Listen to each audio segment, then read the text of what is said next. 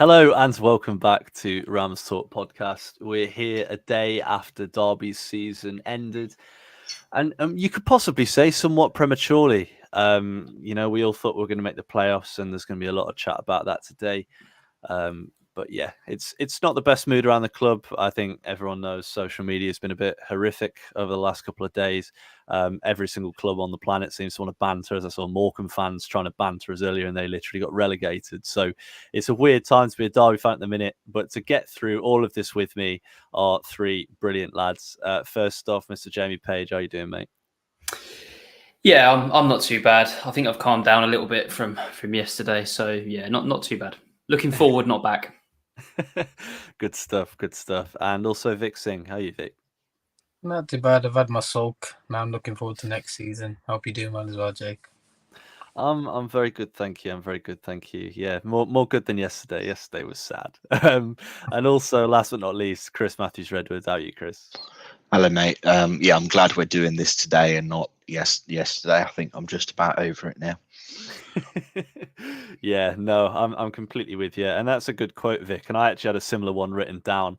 Don't think about yesterday, think about tomorrow, which is a similar sort of thing. It's very cringe. Don't get me wrong, it's very cringe, but it makes a good point.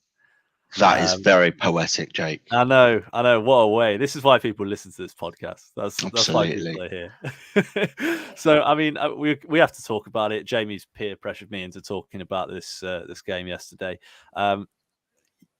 One point that Chris made before we started recording, Jamie, was that yesterday isn't the game that cost us. We actually played quite well, didn't we? Yeah, I think we played really well. I mean, that shot that McGoldrick had, that nice intricate play, was some of the best football that we've played all season. I think even with going down to 10 men, their goalkeeper was busier than Wildsmith. And I think we did give a really good account of ourselves. And yeah, I agree with what Chris said. Yesterday didn't cost us. The games where we dropped silly points, I mean, you look at last week against Portsmouth and not scoring in those. We spoke about it last week on the pod, not scoring when we're on top. This wouldn't have been a situation had we taken them chances. But look, at the end of the day, they always say you finish where you deserve to finish. And for us, seventh was where we ended up. And we've just got to brush ourselves down, go again next year. We've lost, I think, probably the strongest team that's been at this level in quite a long time in Ipswich. And hopefully, I know there'll probably be a few people that don't want Sheffield Wednesday to get promoted now. They almost cost us a place, but hopefully we'll lose them and we can have a real go at potentially making those top two next year. Well, that's exactly it. And I mean, I know we'll probably talk about it in the season review and look towards next season a little bit. But the three teams coming down from the Championship, Reading, Blackpool and Wigan, it's a far cry from Ipswich, Sheffield Wednesday. I know obviously Plymouth are the surprise package, but they're two massive teams. And we've had Bolton, we've had, even Barnsley are a big side at this level. So yeah, I think next season, let's get our heads up, get behind Warren and get behind the lads and get back. I was going to say to where we belong, but that just sounds horrendous. But let's get back to the Championship and try and find our feet again. So Vic, Jamie mentioned there, we played quite well. We actually made some good chances. You look at some of the individual performances that we had, down to 10 men. Jason Knight, brilliant. I thought McGoldrick had a really strong game. I thought Cashin and Fozzie, after Davis got sent off, were sensational. Who was your star man? Oh, that's a good question. I'd probably go with Jason Knight just because of the ground he had to cover and did cover, and he was absolutely everywhere. But you can make a case for many different players. I thought Roberts had a decent game yesterday as well.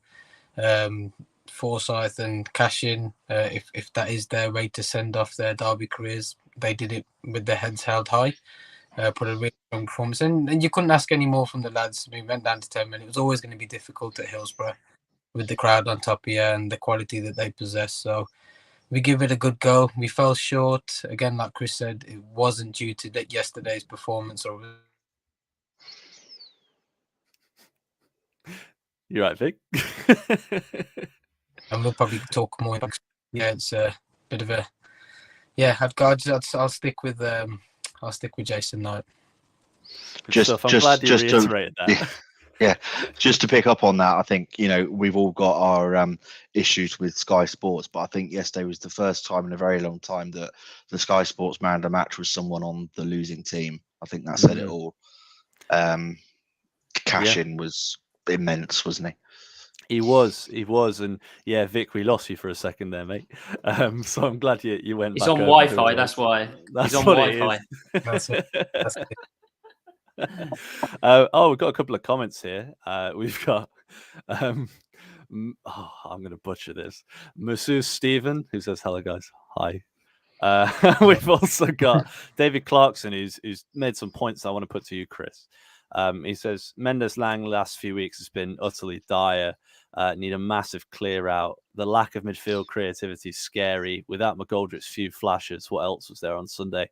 I'll be honest, there's some bits of that I really agree with. There's some bits that I don't necessarily agree with as much. What do you reckon?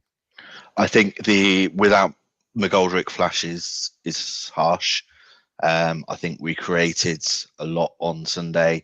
I think that it was so nearly on a couple of occasions. I remember Collins nodding it down. If Roberts had been a few inches taller, Bird had a couple of really good chances, and to pick up on Mendes-Lang, I think that was probably our best opportunity. If Mendes-Lang's ball through to Bird had been just a little bit cuter, Bird had an easy slot in. So I do agree with Mendes-Lang. Personally, I think how long ago did I say he needs to be sent away to Barbados for 2 weeks? He's not been right. He's not beating his players anymore. A couple of his final balls yesterday were shocking, and I personally think that I think we should sell or release him, and we do need a lot of creativity in midfield. So Sorry, it's release him. Honestly, what makes you think we should terminate his contract? I don't like his attitude on the pitch, especially yesterday. He really didn't look very bothered. And I don't want players like that at Derby. When things were going well and we were on that unbeaten run, he was always, he scored that winner at Port Vale and it was all smiles and really good attitude. But the last few weeks, it's been shocking. And I personally don't think that he wants to be at the club. And if he don't want to be at the club, I don't want him. That might be controversial. It might be. People might say, "Oh, you're making him as the scapegoat." I'm not, but that's just what I've seen. I mean, to quote what he put on Instagram yesterday, he put, "To our Rams, we're sorry we couldn't get it across the line for you. Your support has been unreal all season long. I've genuinely found a place I can call home and love being a part of this club. Let's see what next season has in store for us. See you then." I mean, I don't know about you guys. Words are very easy. Like a man who wants to leave. Words are very easy. Actions are a lot. Actions speak louder than words, don't they? If I think every player would have put something like that on Instagram yesterday. He's really annoyed me. Put it that way. As you can probably tell. I think he blows hot and cold, and I think you've got a lot of players like that at this level that will go on them run of 5-6 games and almost set expectations of the player. He's blown cold for a long time. Yeah, he has. But again, I think it's a case of potentially, like you've said earlier, he probably needed a rest because of how small our squad was and is. He hasn't been able to kind of get that rest. I agree. He hasn't been taking his players on. He's been wasteful when he's been in front of goal. I don't necessarily see the attitude, what you've said there. I think, and again, like you say, words are easy. You want to see some action. But I think if we can get a Mendes-Lang fit next season, somebody that can play actually wide in his position and not have to play at wing back that he had to do for a period, I think he'll be a good player and he'll be definitely a good addition to a League One team. My worry would be that if we let him go, that he'd go and actually score goals and be creative at this level, because I think this is his level. Please do bear in mind that it's only 30 hours after the event, so my emotions are still quite raw. So I probably will take that back at some point. But, yeah. I'm going to say, I mean, to be honest, I've just got his stats in front of me. He's got 7 goals and 8 assists across this season, and he had that real hot streak sort of around Christmas when we were in our best form, and then he did his hamstring. He was out for 1 week with a hamstring injury, and then was rushed straight back in. Ended up playing 90 minutes just over a week later. I mean, Vic, I think that's been part of the problem all season. I remember doing the calculation. I think we've got 15 players that have made more than 10 appearances this season, which, when you think about it, is insane. Obviously, we've only used 1 goalkeeper, so it's 14 outfield players and 1 goalkeeper. When you think of it like that, the players just haven't had a chance to breathe, have they? Exactly, and you can say that that's probably the biggest factor of why we've probably failed this season. The small squad that we have. We know Warne likes a small squad, but I think with that as well, there has to be the quality in the covering all the positions, which we haven't had this season. For example, Mendez-Laing. We've got nobody to really replace him on the right, or anybody that we know that can comfortably play there. So he had to play through injury. I remember him playing with that tape on the back of his leg. So he'd probably been playing with a knock for weeks. But yeah, the threadbare squad has probably cost us more than we think this season. But then again, we can't complain because we didn't have much of a pre-season to plan. The recruitment again was Liam Rosenior's recruitment rather than Paul Warne's.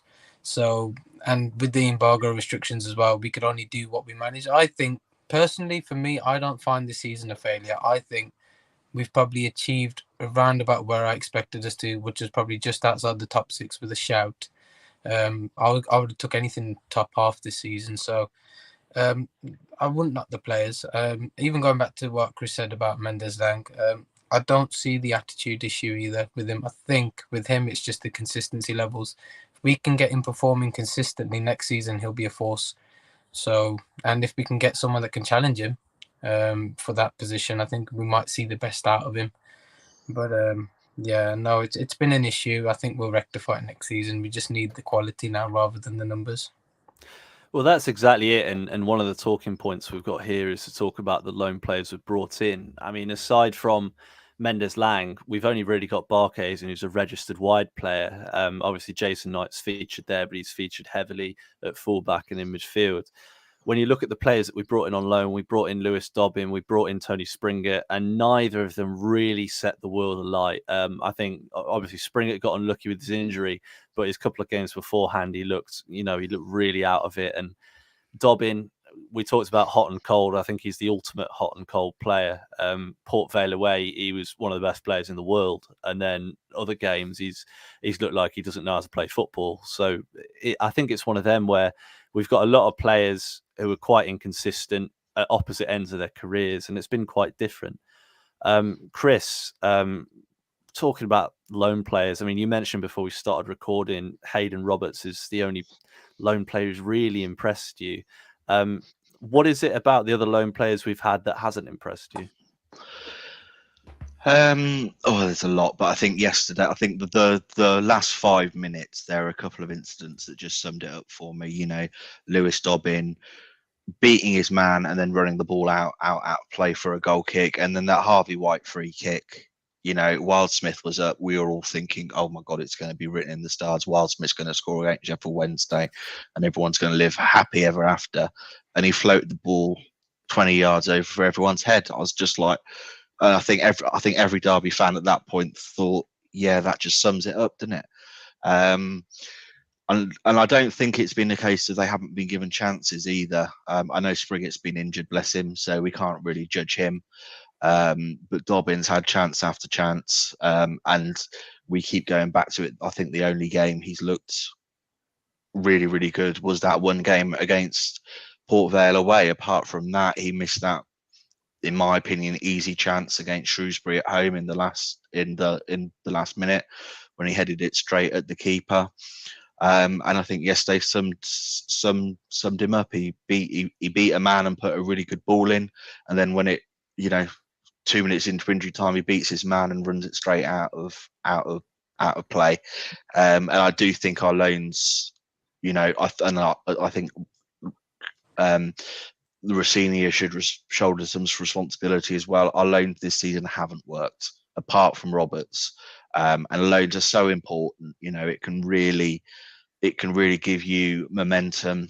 And yeah, I just think next season we've got to be a lot more careful, and a lot more research needs to go into the players we bring in. Because Harvey White, Tottenham under 21s captain, he plays on a beautiful pitch every week. He ain't got 30,000 fans screaming at him.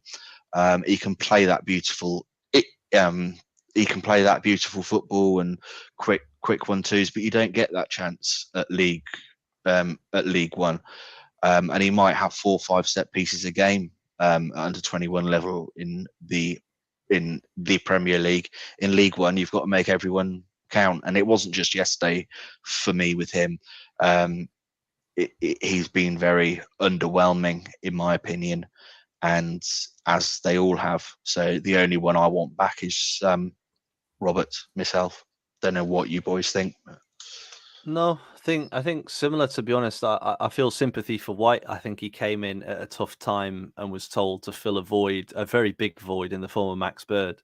I think if he'd come in with Max Bird not having had that injury and he gets eased into the team and the pressure's not all on his shoulders, I think he would have probably produced a lot more than he has. I think when he got air dropped in, didn't he, to fill that void, and he couldn't do it. He's not had the senior experience. Max Bird's played 150 career games.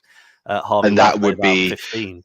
Yeah, and that would be my issue. That would be my question of Warne bringing him in, or whoever brought him in. We needed someone to replace Max Bird instantly, not someone who needed time to settle in. So was he the right choice of player? I know I know decent midfield players on loan are at a premium, but he was never going to be the one to step straight into Max Bird's shoes, was he?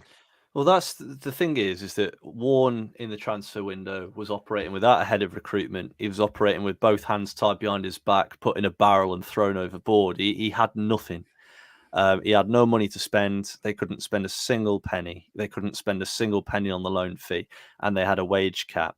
That probably narrows the scope of players that they can bring in massively. Harvey White's clearly a talented player. He's clearly going to go somewhere in his career. I know that ball at the end of the game was one of the most frustrating crosses I don't know about everyone else. It was one of the most frustrating moments of my life when he just smashed that ball over. But at the same time, he's clearly got quality and he's clearly going to go somewhere. He'll play in the Championship. I don't know about Premier League, but he will definitely play at least in the Championship. He's just a young lad. And I think he's all that we could get. And I think that's why when people are questioning recruitment and saying, well, why didn't we sign all these players in January? I don't know if we could. And that's the hard bit. We'll never know what we had available, what we could bring in, because there are no free agents, and the loans we could get were 19-year-olds that had never played a career game. So it is tough. It is tough. And that's potentially what the situation is going to be at the start of next season as well. We don't know, do we? I think the communication has been that the relationship with the EFL is good. They're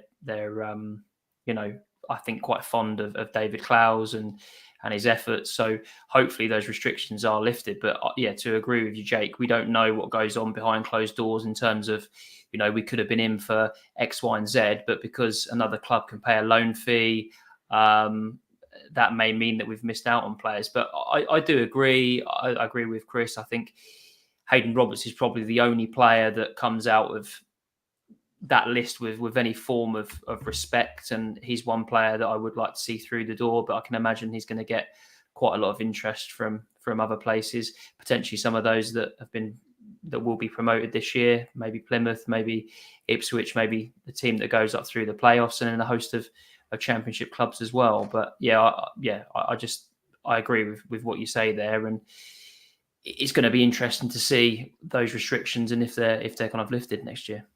It will be. Sorry, go on, Mick. So I heard Derby are submitting the accounts this week in order to try and get those restrictions lifted. So we could hear a lot sooner than we think on that.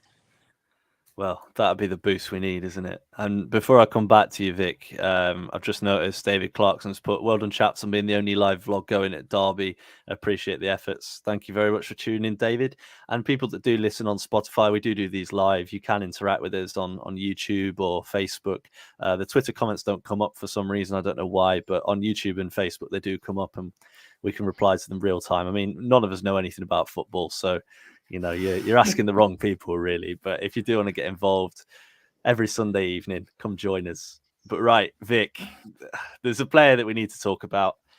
I'd say this season hasn't been his strongest season. I think he's played for us for a good few years. He's our leader. He's our captain. And in the end, I was going to say through no fault of his own, it kind of was his fault, but he's ended up making the mistake, which has led to us falling out the playoffs, which is a pretty horrible end to his Derby career. Curtis Davies, what are your feelings? I was gutted the way it ended for him yesterday. I just got this horrible feeling that people are going to remember him for that mistake rather than the sort of stellar career that he has had at Derby, which is a shame. Because he's been there during our darkest times. He pulled the club through together, especially during last season. Signed that waiver in the COVID, like that last game in the COVID season. He is the epitome of what Mr. Derby County would be, in my opinion. I just don't want him to be tarnished because of what happened yesterday in terms of the mistake he made. And it was very uncharacteristic of him. You would have thought a centre-back at his age, with the experience he's had, could have just blasted into Rosehead. But yeah, I mean... He has been known to do that before, though, mate. Yeah, but you can see, like, this season he struggled, though. Like, throughout the whole season, he's made mistake after mistake, and you can tell the legs are just not there again. So, but like I said, he's a captain for a reason. He's been our leader when we've needed him, and we can only thank him for that. Exactly. Well put. I mean, Chris, you said there, I know, Vic, you said it was uncharacteristic. He did do exactly the same thing at Ipswich away. But again, he's 38 years old. It gets more difficult. I can't name many players in this Derby team that I think will still be playing at that age. So to be playing in the Championship, oh God, to be playing in League One at that age is a testament to how well he's looked after himself throughout his career. And I guess I know this will come up in our end of season review. Chris, are you going to miss him? I think I'm going to miss the legacy that he's left behind. Going back to yesterday, we all know he should have booted it into Rosehead. I'm sure there's been plenty of debates. Well, there has been plenty of debates. Was it a penalty? Wasn't it a penalty? It should have never got that far anyway. I don't think it was a penalty, but yeah, he should have booted it into Rosehead. But I really like Jamie's tweet earlier. He had stood by us in the darkest of times. He is a good role model. Would I call him a Derby legend before this season? Probably yes, but as you say, he's 38 years old. He's just has. I think the legs have gone. Which is even more of a reason why he should have.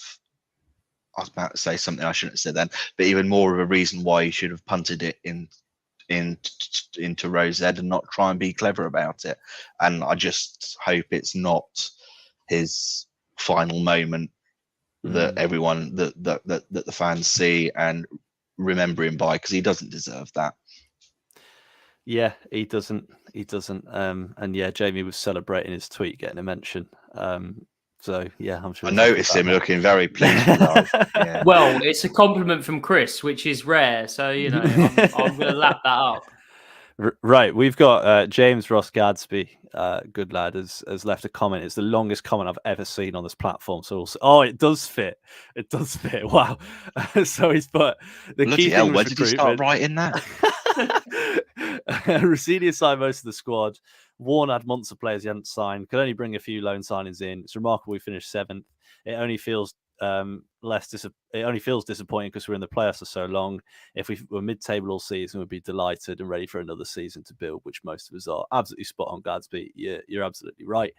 I think, I think that's it, isn't it? Is context is massive, and I know I've had a bit of stick from some people who have gone, oh, you're saying look where we've come from, and it's hardly that. It's just you've got to appreciate both sides. It's devastating because of the position we're in, but when you really look back, it's like we've actually done okay to be here, considering how few players we have, the fact that we had a new manager and then another new manager, and so much change. We only have something like 6 or 7 players that we had last season. It's crazy. So, what I will say on that, Jake, is yesterday I think a lot of the Derby fan base let themselves down on social media. It's okay to be angry. It's okay to be upset. But I think the 4 of us were very. Of course, we're gutted, and just because we say, oh, look where we were this time last year. Look where we were this time last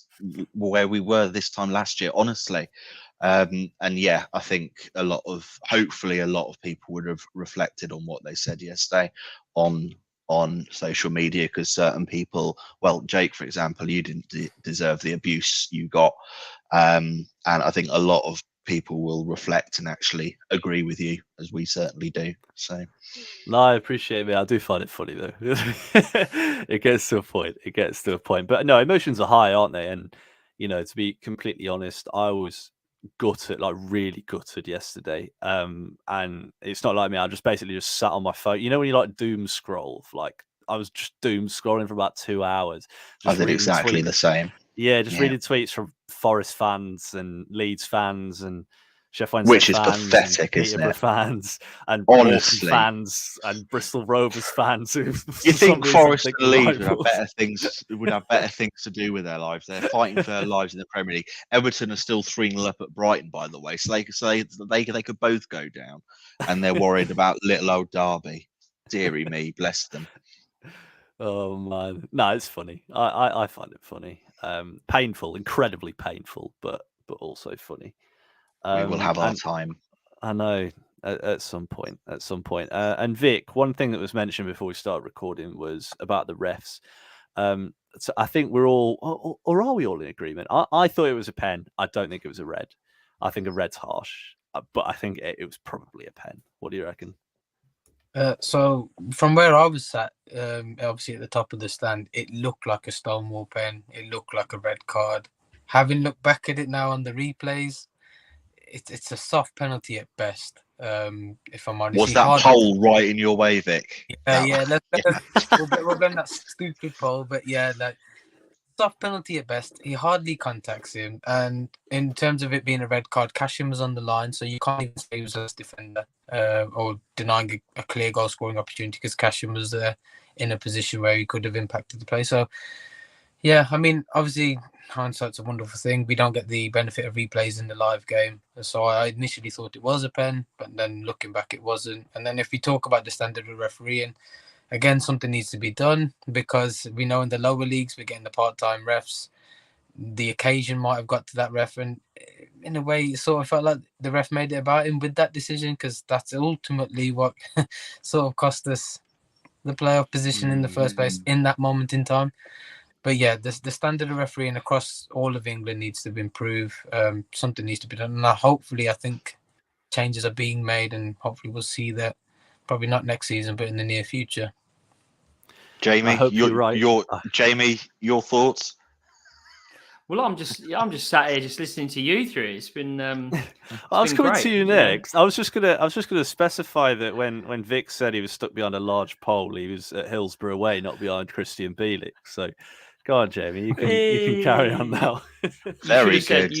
You should have said Gregor's Raziak, and I would have laughed. There you go.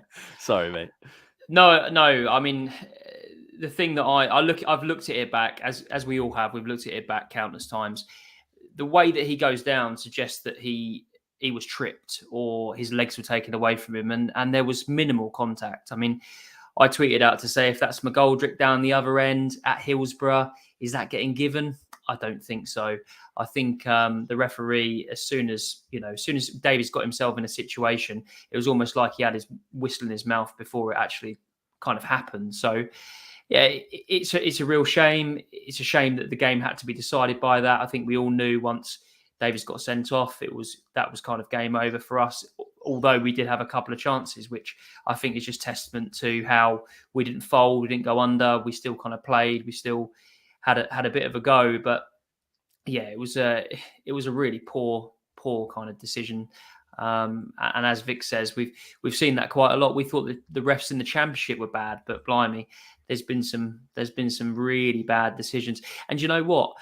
It's not actually always the. I mean, of course, I'm annoyed about that, but I get annoyed about the stupidest of things, like the corner they got yesterday, where it clearly came off of Liam Palmer. I think it was Liam Palmer on the right hand side, and Cashin just ushered the ball out of play, knowing that it was Palmer that had the last touch. And the lino gives a corner. You just think, and the come same on. lino flags did the offside when he's cleaned through one goal and he was blatantly Exactly. level. That was tight. I mean, I think potentially he was on there, but I just think if you can't do the basics right, you shouldn't be doing it. And as we've said on this podcast many times before, these referees, I don't think, are big enough for these grounds. And it's because of teams like Sheffield Wednesday, Derby being at this level now that you're going to get those kind of refs. We're not digging out refs because I know a couple of refs, they're good guys. But it does seem that on quite a few occasions that referees just want the limelight and to make it about themselves. So let's hope it improves next year. Well, he talks a lot, Jake, doesn't he? I know. He goes on. I had to there. What's worth mentioning before we go to Graham's comment from Facebook is that most of the refs we've had all season are semi-pro. A lot of the refs, it was I can't remember which game it was now. It wasn't Port Vale. It was one later on in the season. And I actually had a look to see whether the ref was professional or not, because you can see, because there's just a list of who's pro and who's not pro. And every single member of the officiating team was semi-professional. And it's like, you've got pro players, Premier League players, and semi-pro refs and assistants are trying to keep up with them. They're just not going to be able to keep up. If you're doing a job during the week and going to ref at the weekend, you're not going to be fit enough. It's just as simple as that. So that's down to the FA and the EFL and how they manage their referees. And if they can bring more professional refs in, that's all for the better. But anyway, on to Graham's question. And Graham is a very ambitious man. He says, guys, question, do you think Paul Warne, the boss, can lead the Rams next season to back-to-back promotions? He's from the Dublin Rams in Ireland. I've met a good lot of them, and they're very good guys. So Up the Dublin Rams. I won't go to Jamie because he won't stop talking. But Vic, do you think next season's Derby's season? Big question. I think it has to be. I think now that Paul Warne's had 7 months in the job, I think if we get the embargo lifted, he brings his players in. Ultimately, he'll be judged on whether we finish in that top 6 or not. I think he's the man to take us forward. Back-to-back promotions a bit too early to see, but I definitely think he'll get us out of this league. And I think he will do it next season if the embargo's lifted. But he just needs his own players. He can really cement his style of play because we've changed formation more times than the weather this season. Just need his ideas to be put through, his players to come in. I think he'll take us up next season, no doubt. Just because I think the league next year is going to be, it looks to be pretty weak. It works in our favour, I think. So yeah, I think he'll take us up next season. He's the one to take us forward. Whether it's back-to-back promotions, I'm not too sure yet. I was going to say, I think Graham has been on a lot of Guinness the past few hours. No, I like it. I like the optimism. Sunderland obviously got that last playoff place today, and I think there's every reason that they could go and get back-to-back promotions. So, why can't we? Why can't we dream? They changed manager halfway though. Alex Neil took them up, and now Tony Mowbray's in charge. So, yeah. Just on that point, I do think it is slightly. I hesitate to use the word arrogant, but I've seen that a lot of people are saying, it's got to be the top. Got to be the top 2 next season. It's going to be a really weak league. I think we need to be a little bit careful with that because a lot of people thought that this season that we were going to walk the league. So yeah, I think we need to temper our expectations a little bit. Top 6 minimum. I think I that's agree with that. top I 6 agree with that. minimum. I've just seen Yeah. so many people say, "Oh, it's going to be top 2 or champions," and I think that's a little bit arrogant. Well, when Barkhuizen gets the golden boot, he's Worst bet. But on bets, I made my money back because I had money on Oh, Peterborough God, to get yeah. that last spot. So I did Delighted a bit for of you. heartbreak insurance, I think they call it. And I did call that was going to happen on a previous pod, I remember as well. So yeah, It's not called heartbreak insurance. It is called lack of loyalty. Simple as that. yeah, terrible. It is called He's profiting from our from our downfall. You should be ashamed, and don't think that no one knows that you wore a Cambridge shirt before we came on live. I think Chris has had too many wines pre-recorded. I've had plenty of wines this season. Don't you worry about that. Oh man, right. This is usually where I'd say, "What's your prediction for the next game?" But we don't have a next game. But lads, it's been a real pleasure. It's been nice. We'll have a season review.